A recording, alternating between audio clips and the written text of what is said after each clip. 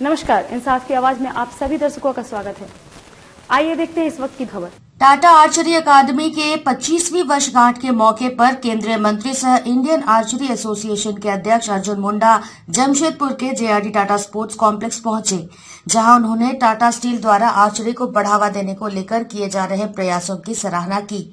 उन्होंने कहा कि आने वाले दिनों में एशिया कप के अलावा नेशनल एवं इंटरनेशनल के साथ कॉमनवेल्थ प्रतियोगिता कराने की सहमति प्रदान की और टाटा स्टील को भरोसा दिलाया कि वे इंडियन आर्चरी एसोसिएशन के अध्यक्ष होने के नाते इसको लेकर पहल करेंगे।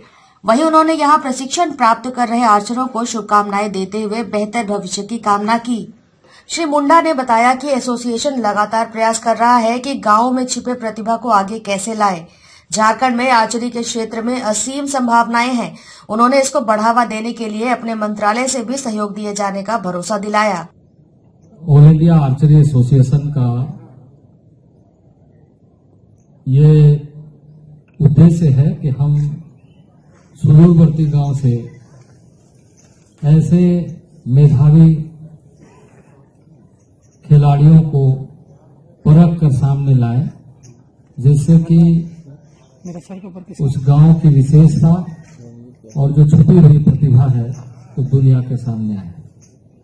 और इसके लिए अभी हम लोग कोशिश कर रहे हैं कि जो हमारा स्टेट एसोसिएशन है, जो हमारा डिस्ट्रिक्ट एसोसिएशन है और जो एकेडमी है, ऐसे क्षेत्रों में काम करने वाले लोगों का एक नेशनल लेवल में ये सुनिश्चित हो कि हम देश भर के खिलाड़ियों के साथ संवाद भी कर रहे हैं, उसकी सूचना भी ले रहे हैं और वो अपने अपने स्थानों पर लगातार अपने प्रतिभा को दिखाने का अवसर पा रहे हैं। और अवसर देने के लिए जो कमियां हैं उसको हम कैसे और बेहतर तरीके से दूर करते हुए उन्हें अवसर दे, मौका दें। राज्य एसोसिएशन के प्रयासों की भी उन्होंने सराहना की, खासकर टाटा स्टील के प्रयासों की भरपूर सराहना की। उन्होंने बताया कि टाटा के प्रयासों का ही परिणाम है कि राज्य के कई आर्चर बेहतर मुकाम हासिल करने में सफल रहे हैं। ये एक तो ट्राइबल एरिया में बहुत सारा मेधा है, बहुत सारी संभावना है, उसके लिए हम कोशिश कर रहे हैं कि हमारे मंत्रालय से भी, क्योंकि बहुत पहले इस तरह का कार्य योजना प्रारंभ हुआ था और बहुत सारे स्थानों पर स्टेट गवर्नमेंट के साथ मिलकर के कुछ एकेडमी भी बनाए गए थे।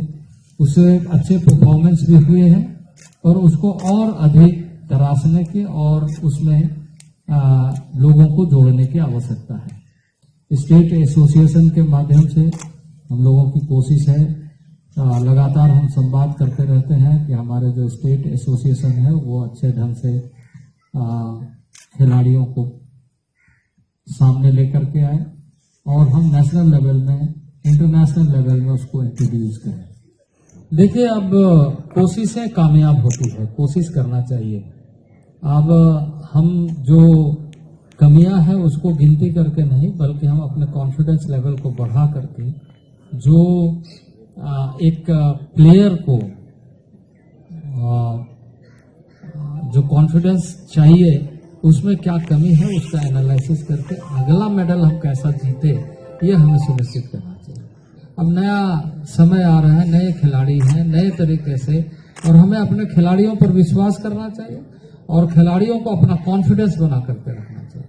वहीं कोरोना काल को याद करते हुए श्री मुंडा ने कहा कि तीरंदाजी का क्षेत्र धीरे धीरे इससे उबर रहा है। आने वाले दिनों में देश भर के आर्चर ओलंपिक की तैयारी में जोर शोर से जुट जाएंगे। अभी हम लोगों ने लॉकडाउन में बहुत अच्छा किया। ई पाठशाला के माध्यम से कोचेस की ट्रेनिंग हुई कि किस तरीके से आप जो हमारे आर्चर्स है उसके कुछ चीजों को ध्यान में रखते हुए आप उसको और अच्छा से उनका कॉन्फिडेंस लेवल बढ़ा सकते हैं। उसके जितने भी डायमेंशंस हैं उसको कैसे आप विशेष तौर से निगरानी रख करके आप तैयार कर सकते हैं। वैसे आर्चर्स के साथ में ई पाठशाला के माध्यम से हुआ। अभी हमारे संजीवा सिंह ने ये किया है और उस पर डिस्कस चल रहा है। तो हम लोग एक नया जो आर्चरी का एक पूरा प्रोग्राम ई पाठशाला का वो तैयार हो गया है लगभग, उसको अभी लॉन्च करने वाले हैं और उसके माध्यम से किन चीज़ों का विशेष ध्यान रखना चाहिए उसमें सारी चीज़ों को इंगित किया गया है, चाहे वो न्यूट्रिशन का मामला हो, चाहे वो फिजिकल जो स्ट्रक्चर है उसके अनुसार किस तरीके से वो कर रहा है और कर सकता है, या उसके जो कॉन्फिडेंस लेवल है, या जो सिचुएशन वहाँ की होती है जहाँ जाते हैं खेलने के लिए, वहाँ के जो इन्वायरमेंट होती है उस इन्वायरमेंट में उसको कैसे करना चाहिए। वहीं उन्होंने देश के अन्य सरकारी और गैर सरकारी संस्थानों से देश के तीरंदाजों को नौकरी दिए जाने की दिशा में आगे बढ़ने की अपील की। तो हमने बहुत सारे ऐसे पब्लिक सेक्टर कंपनी को, प्राइवेट सेक्टर कंपनी को या ऐसे संस्थाओं को भी पत्र लिखा है कि अपने अपने स्थानों पर इस मॉडल को अपनाते हुए सुदूरवर्ती क्षेत्र के खिलाड़ियों को मौका मिले, ये सुनिश्चित करना चाहिए। मैं अभी डिटेल्स में आपको नहीं बता पाऊंगा क्योंकि ये हमारा कॉरेस्पॉन्डेंस चल रहा है और बहुत सारे स्थानों से हमें अच्छे रिस्पांस मिले हैं। हमने पैरामिलिट्री फोर्सेस को भी लिखा है, चाहे वो बीएसएफ हो, चाहे सीआरपीएफ हो, चाहे सीआईएसएफ हो, चाहे एसएसबी हो, ऐसे संस्थानों को भी हमने कहा है कि आप अपने स्तर पर तीरंदाजी केंद्र खोलें और संचालित करें और इससे अच्छे खिलाड़ी उभरने की संभावनाएं बढ़ती हैं। इसके साथ साथ ही जैसे रेलवे के साथ में हम लगातार संवाद करते हैं। रेलवे एक बड़ा प्लेटफॉर्म है खिलाड़ियों को उभारने का, तो वो कर रहे हैं, लेकिन और बेहतर तरीके से कैसे हो इस दृष्टि से प्रयास चल रहा है। आर्मी में बहुत दिनों से बहुत अच्छा अभी हमारे जो ओलंपिक के जो प्रैक्टिस चल रहे हैं वो पूना आर्मी कैंप में चल रहा है, वो आर्मी की तरफ से बहुत पहले से काम वहां पर हो रहा है।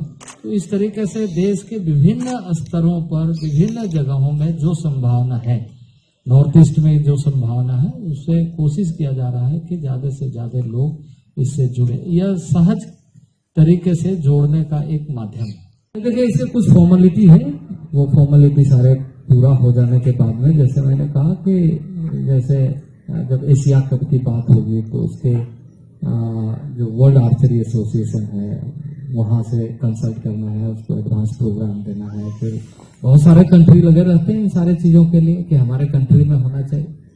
तो हम लोग कोशिश करेंगे कि वो इंडिया में हो और इंडिया में टाटा स्टील का जो ये बड़ा इंफ्रास्ट्रक्चर है, उस बड़ा इंफ्रास्ट्रक्चर का लाभ इस दृष्टि से आर्चर्स को भी मिले और ये जो सिल्वर जुबली ईयर है उसको सही ढंग से सेलिब्रेट टाटा स्टील भी करे कि हमने 25वां वर्ष पूरा किया है और 25वां वर्ष में हम एक इंटरनेशनल टूर्नामेंट यहाँ पर करा रहे हैं। दिन भर की ताजा अपडेट के लिए हमारे चैनल को लाइक, सब्सक्राइब और शेयर करना न भूलें।